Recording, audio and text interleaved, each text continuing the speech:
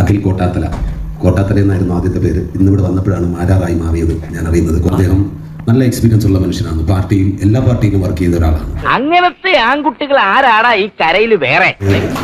ആദ്യം കോൺഗ്രസിലായിരുന്നു, പിന്നെ കമ്മ്യൂണിസ്റ്റായി, അവസാനം BJP ആയി. സംഗീകുത്തം തമാശ പറയില്ലേ ഗുബാജി?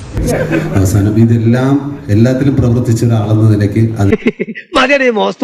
എല്ലാ രീതിയിലുള്ള കാര്യങ്ങളും അദ്ദേഹത്തിന് വ്യക്തമാണ്.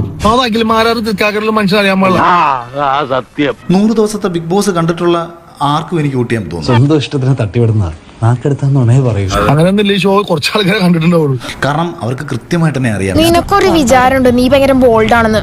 ബോൾഡ് അല്ല, ബോൾട്ടാണ്. ബോൾട്ട്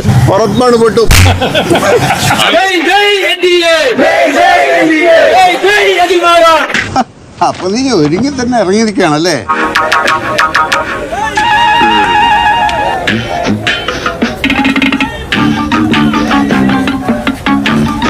എന്റെ ഉദ്ദേശത്തിൽ ശുദ്ധിയില്ലേ സാർ? ഉണ്ടുണ്ട്, വേണ്ടോളം ഉണ്ട്. നമുക്കെല്ലാവർക്കും കൂടി ഒരുമിച്ച് മോദിജിയോട് പറയാം, പിടിച്ചോ മോദിജി, ഇതാ ഞങ്ങളുടെ തൃക്കാക്കരായിരുന്നു.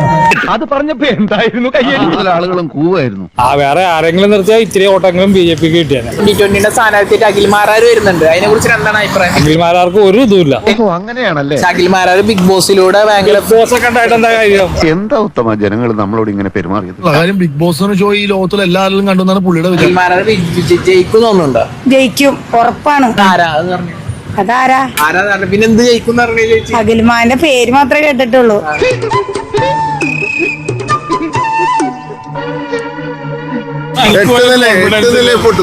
എഴുതി വെച്ചോ.